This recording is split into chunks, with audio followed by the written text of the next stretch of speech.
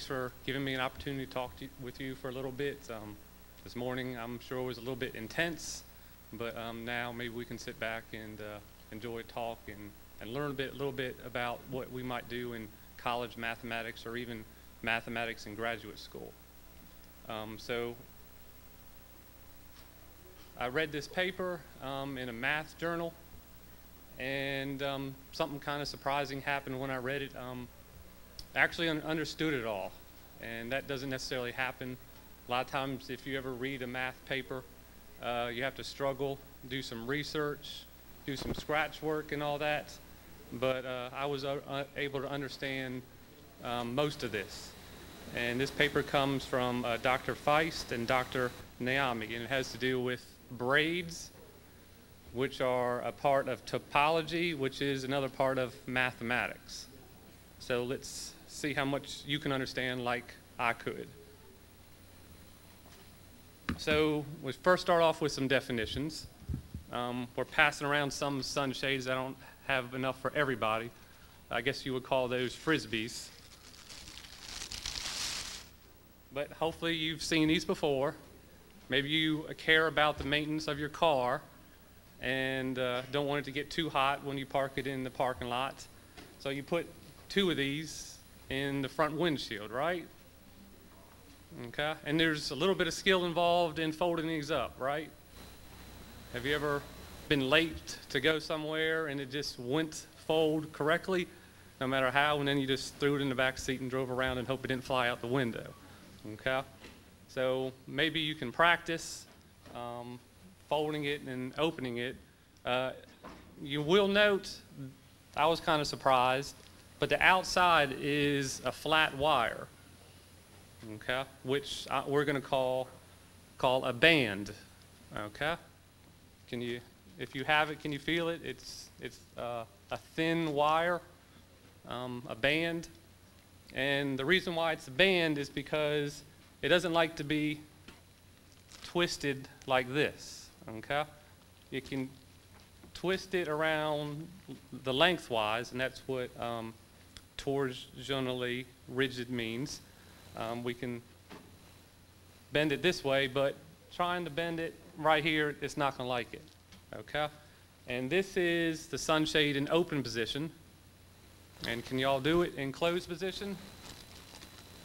2 corners usually.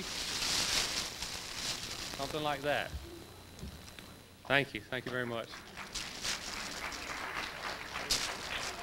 Now it's a little bit interesting watching someone mess with it and not get it, right? Have you ever had that happen? Okay. But one thing to notice, even when the sunshade or the frisbee is folded up in the closed position, if you feel the band even in closed position is not twisted. Okay? So in open position or closed position, the band is not twisted.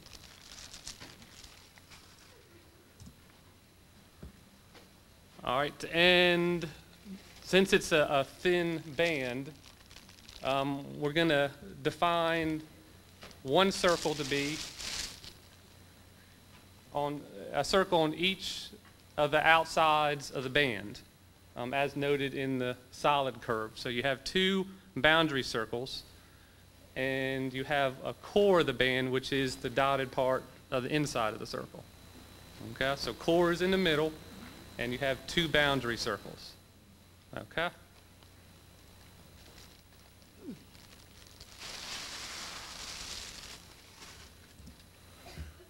All right, let's talk about a braid. A braid consists of 1 or more strands of string starting at the same height and extending down and ending at the same height. And we like crossings, okay? In mathematics, we don't like things that are normal, okay? Our roofing tiles are quite boring to us because they repeat, okay? So we like things that are abnormal, that are not the same over and over again. So we're not gonna like strands that go straight down. That's too boring to us. So we're gonna want crossing of strands. And of course, a broken line means the strand is going behind, and the solid line means the strand is on the front. And so the first picture is 4 strands and 4 crossings. The one in the middle is 3 strands and 1 crossing, and the one at the end is a braid of 3 strands and 5 crossings. Now, do you notice anything interesting about the second and the third braid? They're actually the same braid, correct? Because you can kind of pull strand, I'll call it strand 3. Let's see. You can pull that one back, right? Okay. So actually, one person's 3-strand, 1-crossing braid might be the same as someone else's 3-strand, 5-crossing braid. Okay? So the number of strands and the number of crossings are not going to differentiate one braid from another. All right, then what we're going to do is we're going to close the braid. And we do that by connecting the tops to the bottoms. Of course, strand 1 gets connected top to bottom, strand 2 and strand 3. And we would call another name for a closed braid is a knot. Okay? Y'all have dealt with knots recently, right? Your Christmas lights? All right? About the only difference between my knot and your knot is I would want you to connect the 2 ends, which of course doesn't make sense because they don't light up that way. But mathematically, that's what we would want in a knot, is to have a closed loop, 1 or more closed loops. Okay? Now, when we close our braid, we might get 1 or more components. Can you tell what's happening?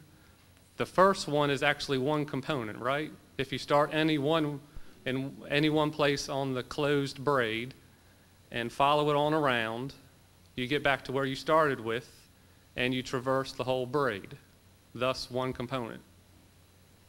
Right? So strand 1, I'll say this is strand 1, 2, and 3. So strand 1 goes to strand 2. Strand 2 comes on around, and it goes to 3, and then strand 3 goes around and comes back to 1. Do you notice that does not happen in the diagram on the right? Strand 1 is pretty much all by itself, but strand 2, 3, and 4 kind of commute or permute. You ever heard of the word permutation, probability and statistics? Okay, so that's a permutation on strands 2, 3, and 4. And strand 1 is just a permutation of itself. So don't know if you can read it at the bottom. A, the one on the left, is just 1 component, and B consists of 2 components. Now, we want our braids to be in closed position, but we want them to be kind of special. We want only 1 crossing to occur at a time. So you notice the picture on the left, I'll say,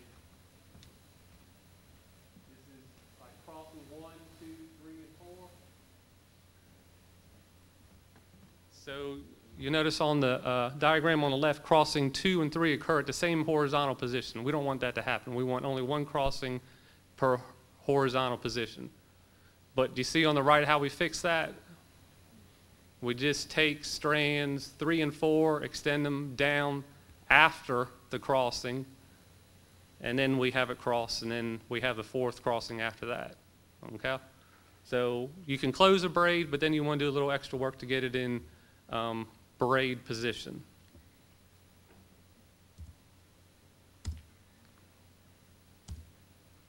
All right, so back to the sunshade. With the sunshade in closed position, that means in the smaller circles, the core of the band, that's the middle dotted section, dotted circle, is a single component closed braid in braid position. Okay. Of course, it's a closed braid, otherwise you'd have 2 sunshades, right?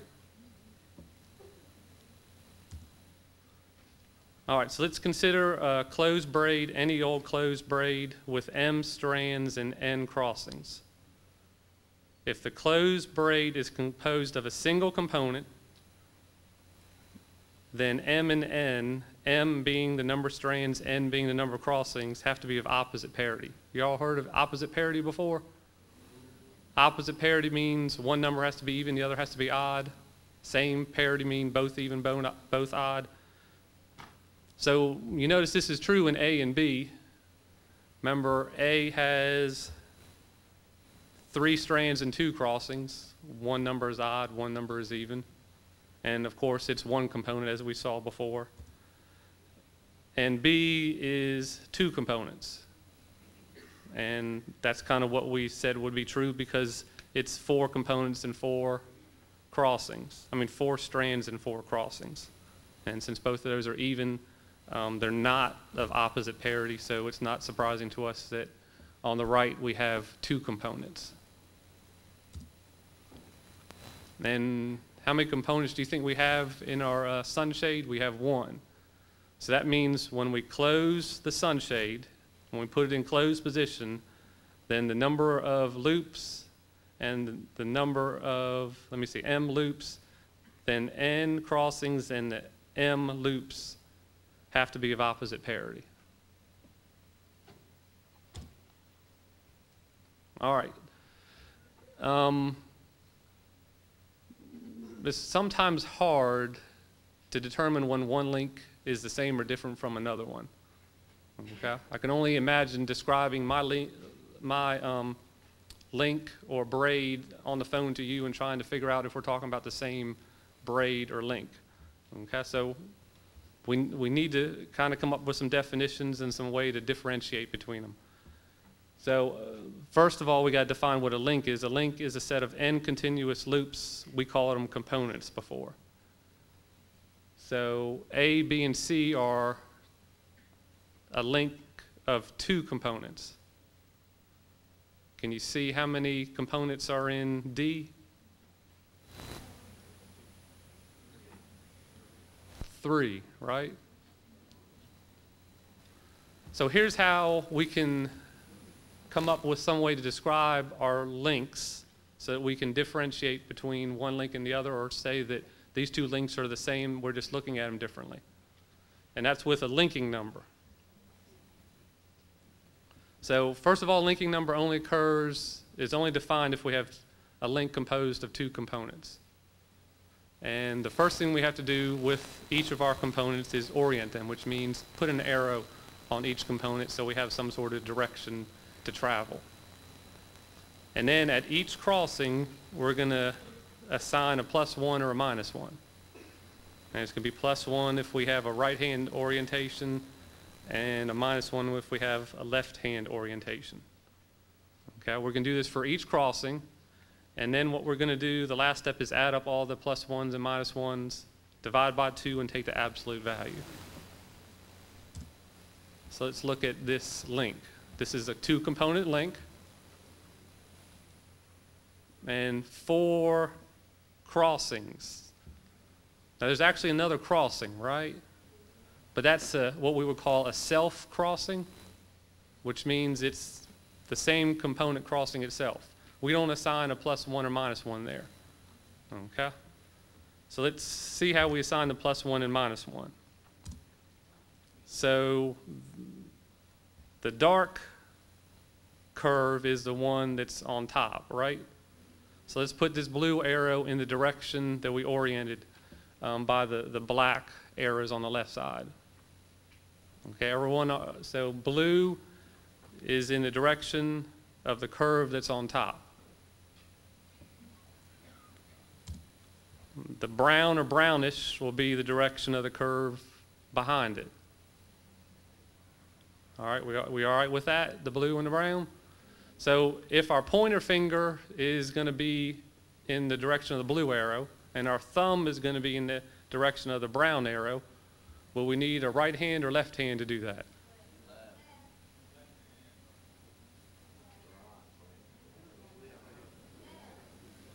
pointer finger on blue arrow, thumb on brown arrow.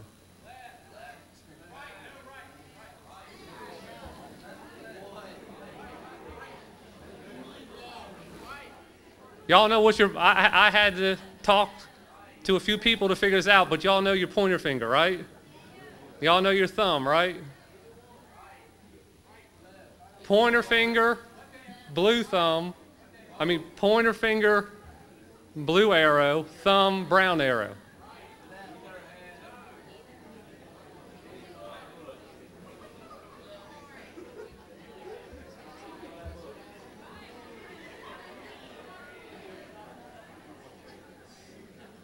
Doesn't this look good? Right hand.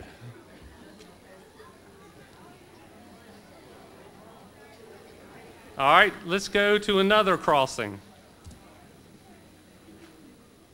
So the thinner curve is the one on top in this case, and the blue arrow is going to the right. And which way is the brown arrow going to go, up or down? Up. Y'all understanding the direction here? Okay. So, right or left hand? It's the right hand. So that's why we have a +1. So let's look at what a -1 would look like. So blue arrow is still pointing down. We identify the curve on the top in its direction first. Now, which way is the brown arrow going to go?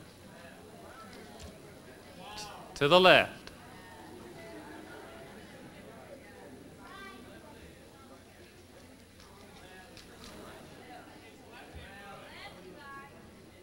Left hand. Left hand. Okay, and we can go on to the fourth crossing, but that would be a right-hand crossing also.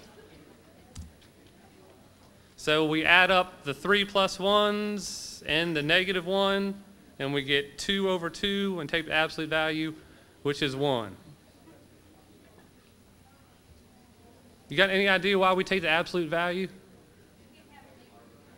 You can have a negative. I'll let you think about that. But it helps if you think about why a formula is what it is, because there might be a reason. And just pointing out that we don't assign a +1 or -1 to a self-crossing. All right, A is pretty easy. What do you think about the linking number for A? 0. What do you think about B? 0. Actually, A and B are the same links. Right? So if we went, I'm not going to do it, but lunchtime, something to do. If we assign direction to the components and then figured out about a +1, -1, one should be +1, the other should be -1. And actually, if you wanted to, you could do the linking number for C is 1. And we would want the linking number for C to be something other than 0, wouldn't we? Because a linking number is supposed to help us identify different links. So if A and B are the same link and C is different, then our linking number better be different.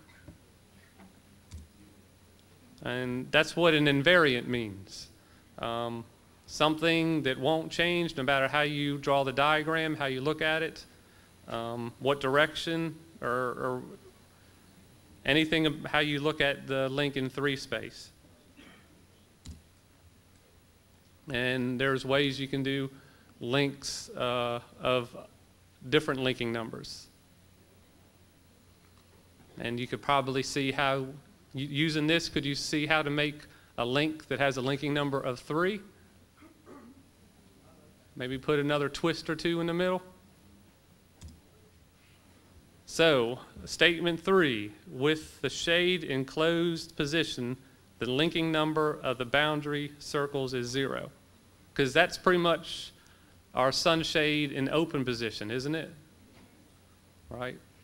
As we found, if we separate them, the linking number is 0, and if we wanted to figure out linking number here by doing the arrows and all that, we would get 0 also. All right. Now let's look at the sunshade in closed position. And we're going to look at the boundary circles. And let's suppose the boundary circles in closed position consist of M strands and N crossings. Okay, so the core of the band crosses itself N times. Now, the band doesn't have any twists in it, so the only time the boundary circles are going to cross is where the core of the band crosses.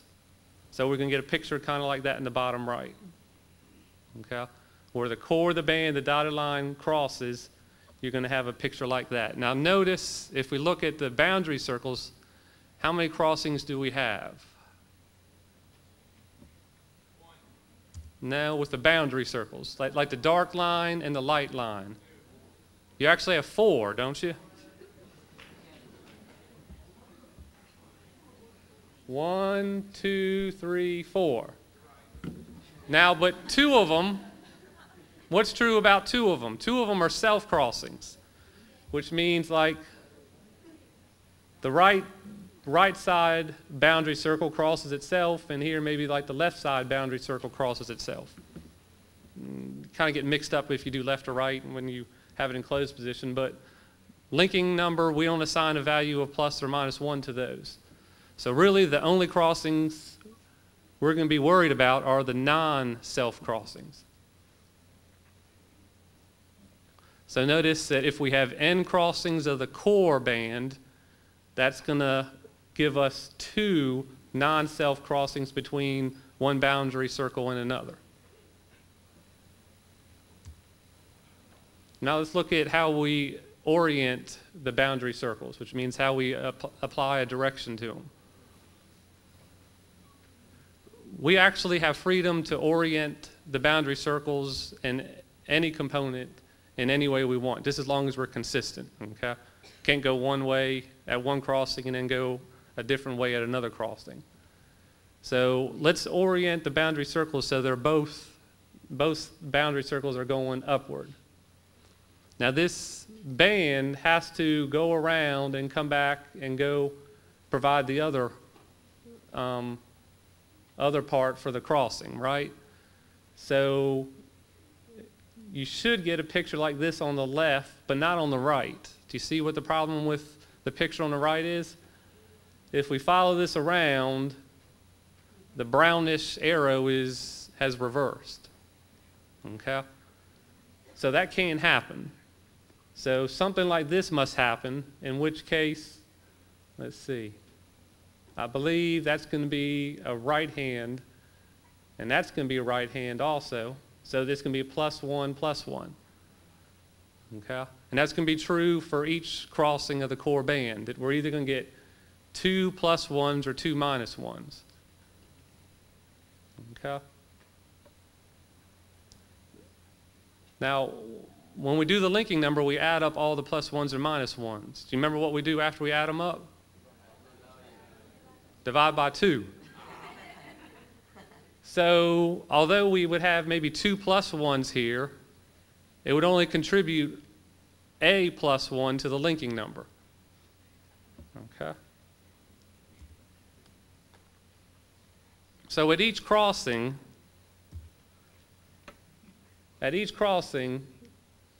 these, we cannot have a +1 or -1 to cancel the numbers out, okay? We either have to have both +1, +1, +1, or -1, -1, okay? So at each crossing, the total contribution to the linking number is going to be a +1 or -1, never a 0. But do you remember the linking number for our boundary circles was 0? Okay? So think about it. We're going to have +1, +1, which is going to contribute 1 to the linking number, or -1. So if we have a whole bunch of +1s or -1s that add up to 0, how many +1s, how many -1s do we have? The same number, right? which means the number of entries we have is going to be even. So that means the number of crossings is even. But remember, the number of crossings and the number of strands or components, let's see, strands, what do I call them? The number of loops. So if the number of crossings is even and the number of loops is of opposite parity, it must be odd. So that's actually our theorem, that in closed position, the band of the sunshade must be coiled into an odd number of loops. So how many loops do you have? 3, right? Now, I'm not good enough, but supposedly,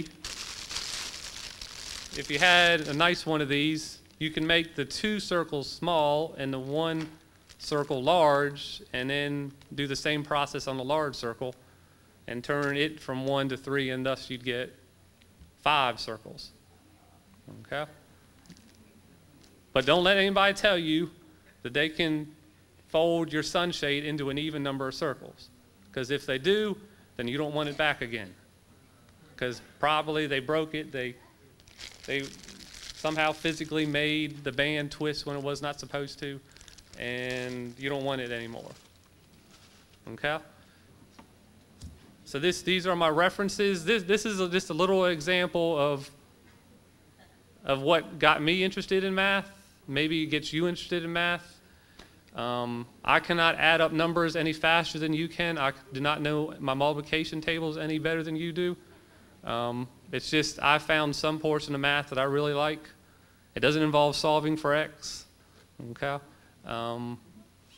It has to do with something other than particular values of numbers and letters and stuff like that. So if you're interested in stuff like this, it is math, and maybe you want to think about doing more math. Okay? Thank you.